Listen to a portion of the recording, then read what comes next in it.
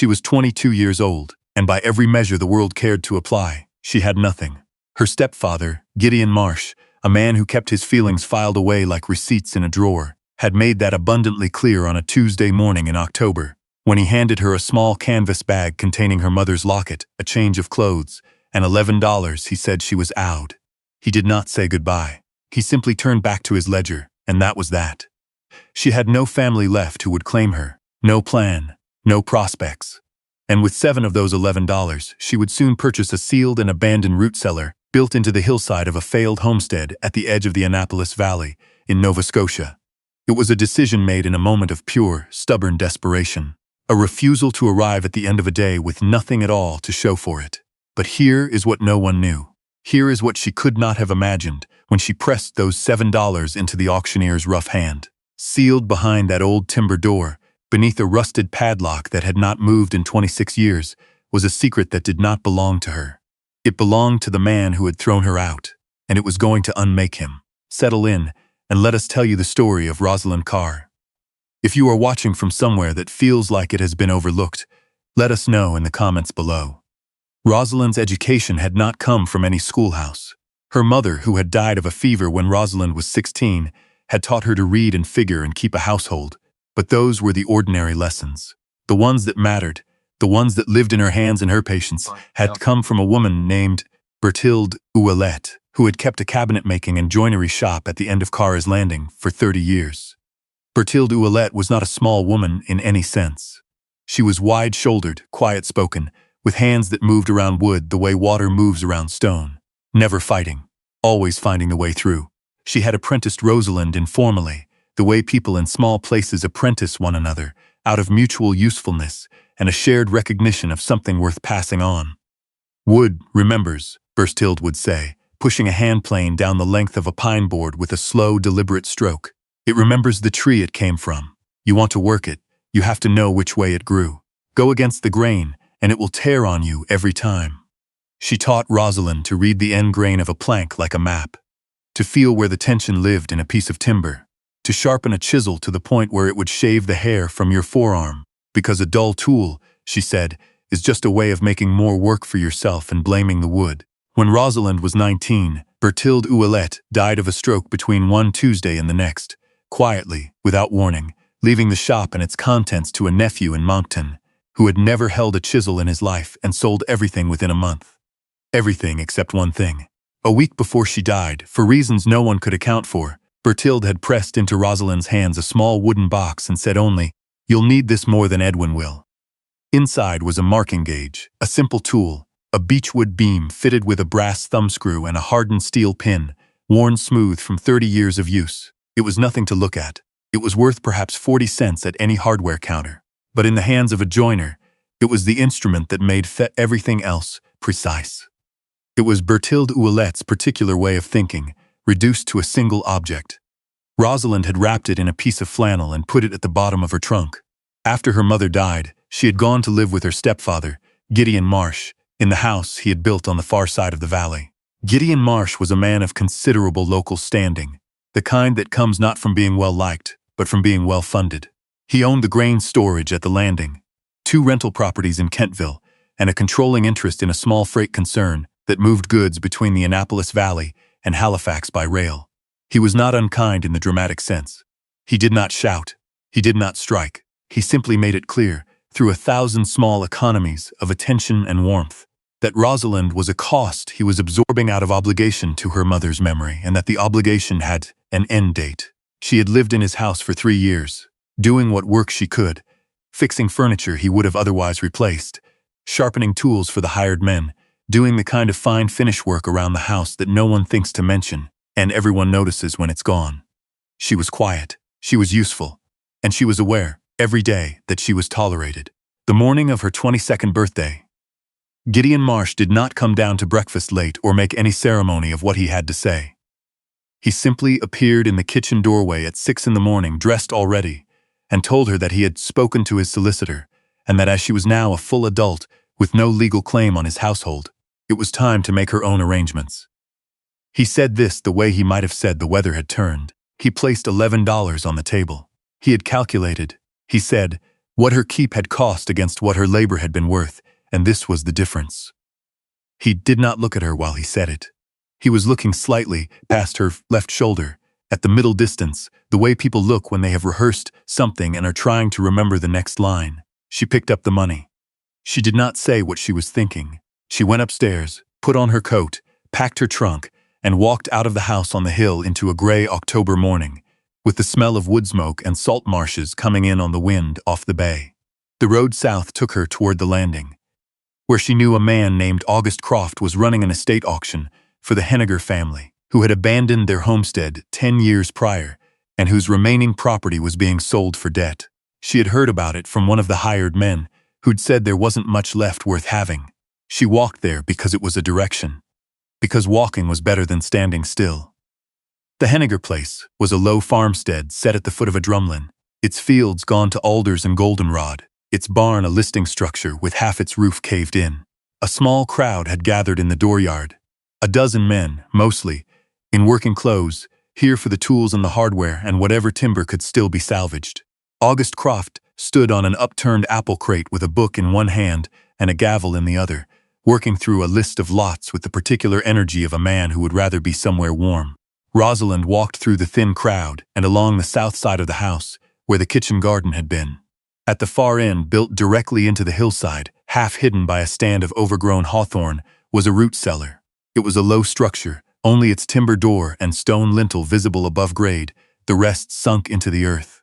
The door was heavy, iron-banded spruce, and across it hung a padlock the size of a man's fist, red with rust, a chain wrapped twice through the hasp and secured with a secondary ring bolt that had been driven deep into the timber frame. She stood and looked at it. She did not know why. She went back to find August Croft. He was in the middle of selling a set of harness rings to a farmer from Grafton. She waited. When the transaction was done and the farmer moved off, she asked him what he knew about the root cellar. He squinted at his book. Lot 41. Cellar structure, one timber door, padlock, contents unknown. Can't open it. The Henniger family never left a key and were not authorized to force it. Selling as. What's the opening bid?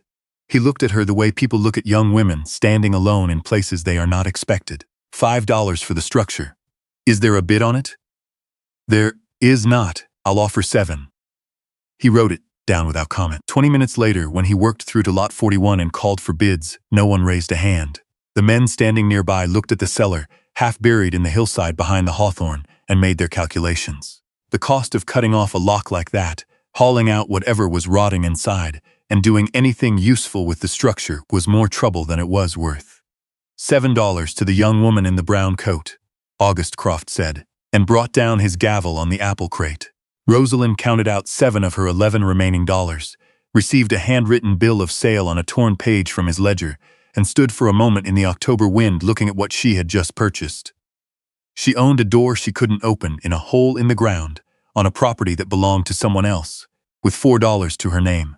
She felt, for one strange moment, almost calm. The first problem was not the lock. The first problem was that she had nowhere to sleep, and the temperature, after dark, was going to drop below freezing. She explored the farmstead with the systematic attention Bertil de Ouellette had trained into her. She found in the lee of the south wall of the barn, where the roof was still intact, a hayloft that was dry and protected from the wind. She dragged her trunk up the ladder and made a bed from an old horse blanket she found folded on a peg. The barn had a small iron stove, meant for winter livestock work, its pipe still intact through the roof. In the woodshed attached to the back, enough split birch remained to last several days. She had shelter. She had $4. She had a locked door 30 yards away in the hillside. In the morning, she went to examine the padlock more carefully. It was an old lever tumbler lock, 4 inches across, the body heavily corroded. The chain was equally rusted but still solid. The more interesting problem she could see was the ring bolt that anchored the chain to the door frame.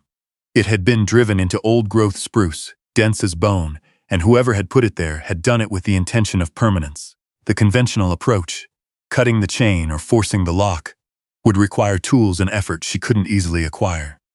But she had not been trained in conventional approaches. She looked at the door frame itself. Heavy timber, mortised and tenoned, built by someone who knew what they were doing. She looked at the hinges. They were hand-forged iron, surface-mounted, held with square-head screws driven into the frame. The screws were rusted. The slots were filled with decades of accumulated grime. She went to the barn and found in a rusted tin on the workbench a screwdriver and a bottle of machine oil, both left behind when the Henningars had walked away. She brought them back to the cellar door and began to work. This is the part people do not tell you about this kind of work. It took her the better part of 2 days, working carefully, soaking the screws with oil and waiting, working them back and forth by degrees, her arms aching, her fingers raw. One screw sheared off entirely and had to be worked out with a nail set and infinite patience. She thought of Berthild, who had said that patience was just stubbornness with better manners. On the 3rd day, a man appeared at the end of the lane. He was perhaps 60, stout, walking with a cane, wearing a good wool coat, and the expression of someone who has come specifically to be helpful. He introduced himself as Everett Goss, a retired carpenter who had worked on the original Hennigar build 40 years ago and now lived in the farmhouse on the adjacent property. "Saw the light in the barn," he said. "Thought someone had moved in." "Someone has," Rosalind said, not stopping what she was doing. He watched her for a moment. She was working the last hinge free, the screwdriver braced against the palm of her hand, turning by increments. "You've done this kind of work before," he said. It was not a question. "My teacher was Berthild Ouellette, the joiner." Everett Goss went quiet in a particular way. "Old Berthild," he said. "Lord, I knew her from way back. Good woman. Knew wood the way doctors know bones." "Yes," Rosalind said. "She did." He chewed on his lip. "I've got a set of broad chisels and a cant hook in my workshop. Might make that easier." She looked up at him. "I can't pay you. I didn't ask you to." He paused. "Whatever's in there, you can let me see it. That's enough." She considered him for a moment. He was looking at the door with the calm curiosity of an old craftsman regarding an interesting problem, not with any hunger or calculation. "Agreed," she said. The next morning, Everett Goss arrived with his tools and with his wife Agnes, who brought a pot of bean soup, 2 cups, and the information that she had once been to a Hennigar wedding in this very barn, and that the family had been respectable enough but secretive about their dealings, which was, Agnes Gossi said, never a good combination. With the last hinge free, the door no longer depended on its lock for security. They worked a broad chisel into the gap between door and frame and began to lever. The timber had swelled and settled over 26 years, and it did not want to move. They worked it back and forth, top and bottom, until something released, a sound like a long-held breath being let go, and the door swung outward. Cold air rolled out of the dark. Not the sweet smell of stored root vegetables, but something older and stiller, old wood, old cloth, and beneath it, very faintly, a metallic smell that Rosalind recognized from Berthilda's shop. Iron, but not rust. Something that had been kept dry. Everett Goss lit the lantern he had thought to bring. The cellar was larger than it looked from outside. 6 feet deep, 8 feet wide, lined in fieldstone. The shelving on the walls held the ordinary remnants of a working larder. Empty crocks, a few sealed tins of unidentifiable content, a wooden crate with a broken slat. But in the center of the earthen floor, below a canvas tarpaulin that had not been touched in a long time, were 2 things. The first was a flat-top trunk, the kind used for shipping, iron-banded and padlocked with a separate and much newer lock. The second, lying carefully along the back wall, wrapped in oiled canvas, were 4 timber framing squares and a full set of side bead molding planes, 17 of them, their wooden stocks still waxed, their irons gleaming. Tools from another era, kept with extraordinary care. But it was what lay atop the trunk that stopped Rosalind's breath. It was a book, a journal, bound in brown cloth, and pinned to its cover with a straight pin was a folded note, yellowed but intact, written in a small, precise hand. She picked it up. She opened the note. She read it once, then stood very still for a long time. Then she read it again. It was written by a man named Clement Hennigar, a name she didn't know. But the second name in the letter, the name he accused, the name he described with a clarity that left no room for interpretation, was a name she knew very well indeed. Gideon Marsh. They carried everything out into the October light, and they sat together on the grass. Rosalind, Everett, and Agnes Goss, who had set down her soup pot and was reading the letter, with her lips pressed together and her eyes very still.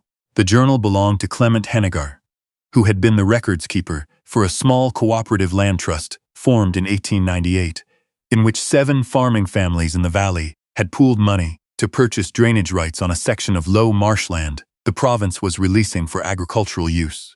The pooled fund, accumulated over 4 years, had amounted to just over $1,100, a significant sum for working farm families at the turn of the century.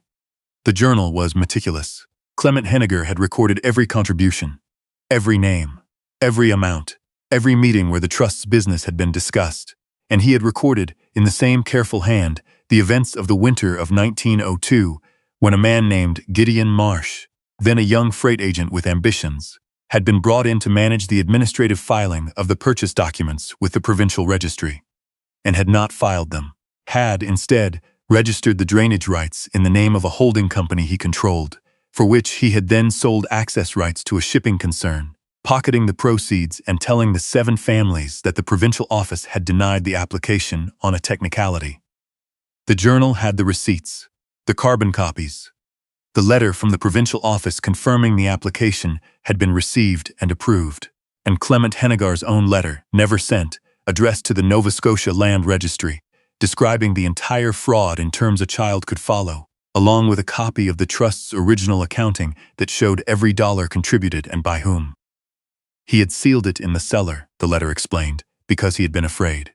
Gideon Marsh, by 1904, was already a man of growing influence, already connected to people whose goodwill Clement Hennigar depended on. He had not known what to do with what he knew. And then his wife had fallen ill, and then his farm had struggled, and then 1 year had become 2, had become 10, had become the family walking away from everything they owned and leaving this county and this country entirely. But he had not destroyed the record. That was the thing. He had locked it in, sealed it in the dark, and trusted the door. He had written at the end of his letter, "I do not know who will find this or when. But the names in this book are the names of people who were honest and were robbed.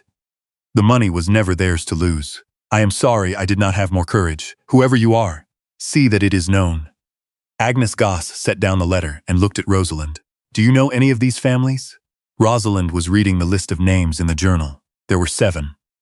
The Hennigar family, whose land she was sitting on, a family named Doiron, a family named Vautour, a family named Comeau, a family named Thibodeau, a family named LeBlanc, a family named Saulnier, old Acadian names, farming families who had been in this valley for 150 years before Gideon Marsh arrived. "Not personally," Rosalind said, "but I can find them." Everett Goss was quiet. He was a man who chose his words with the same care he chose his tools. "Marsh is connected," he said. "You go at him directly, with a girl's word against his. He'll have 3 lawyers in front of a judge before you get back to the barn." "I know," Rosalind said. "So what do you do?"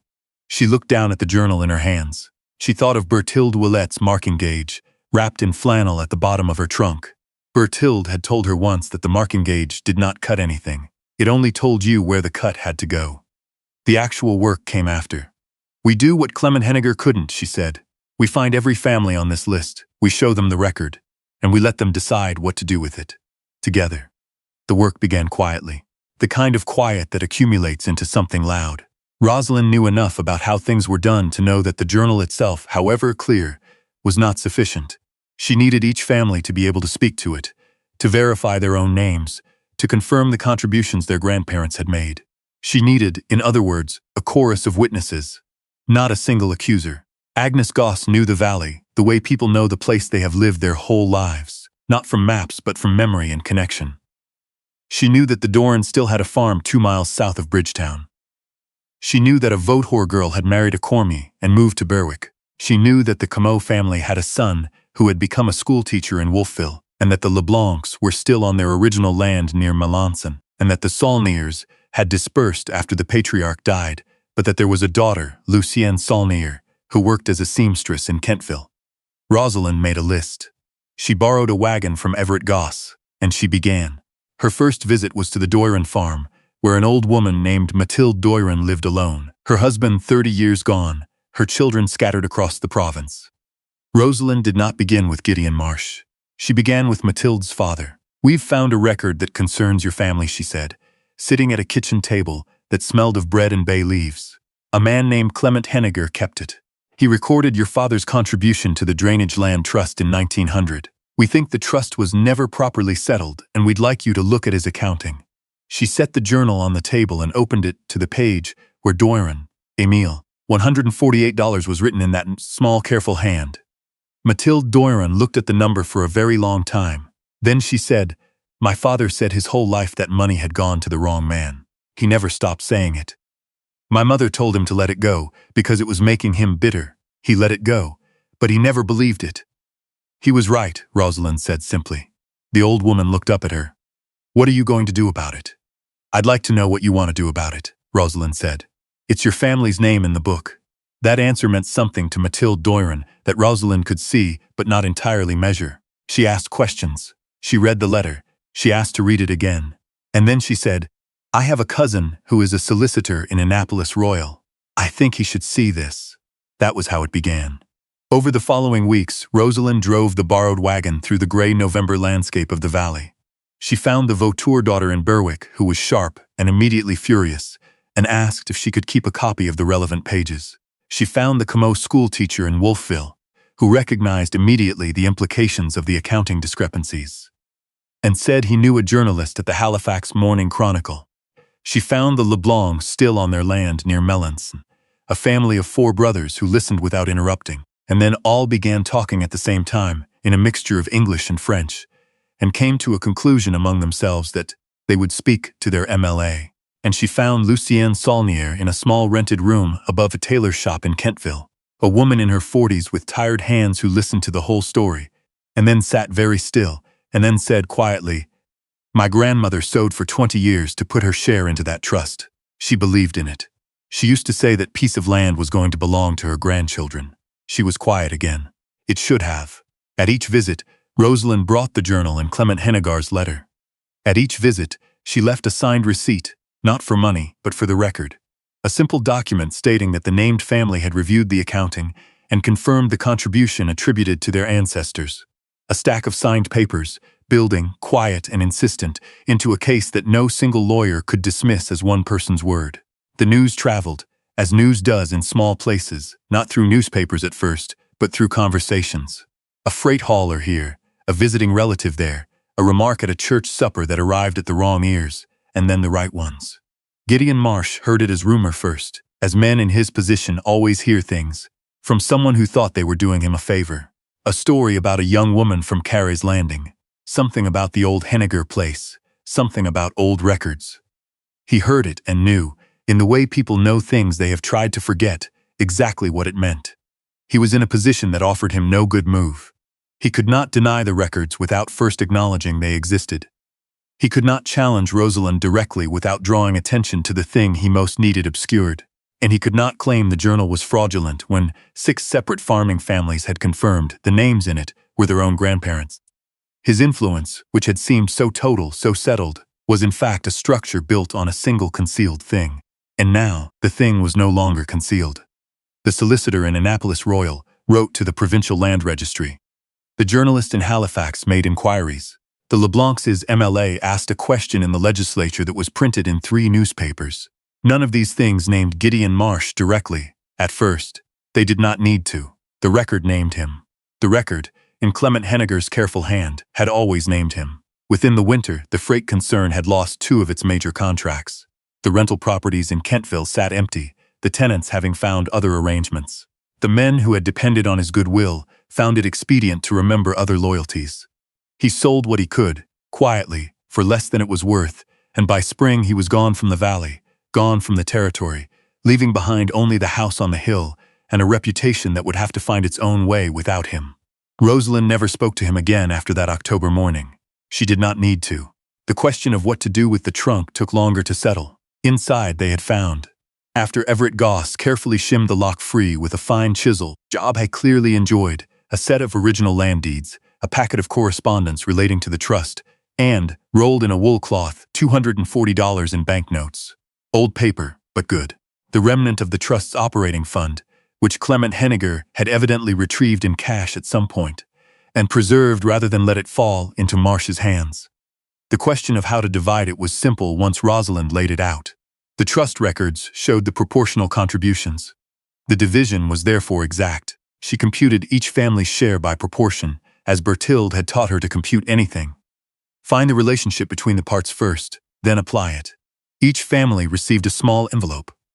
Not a fortune, not a dramatic reversal of anything, but a thing that had been owed for 26 years, paid at last with a signed receipt in return, and with it, the knowledge that the record had been corrected, that the thing their grandparents had always said was true.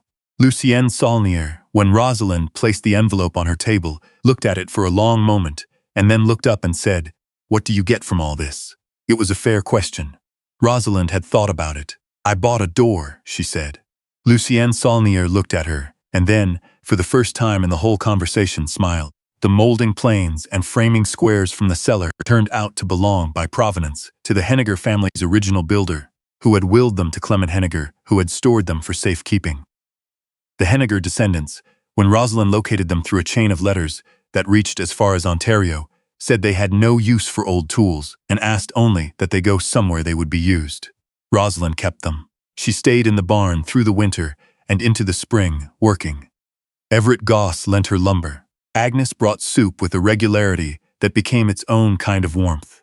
The valley, which had seemed so hostile on that October morning, revealed itself slowly, the way a piece of wood reveals its figure when you get the angle of the light right.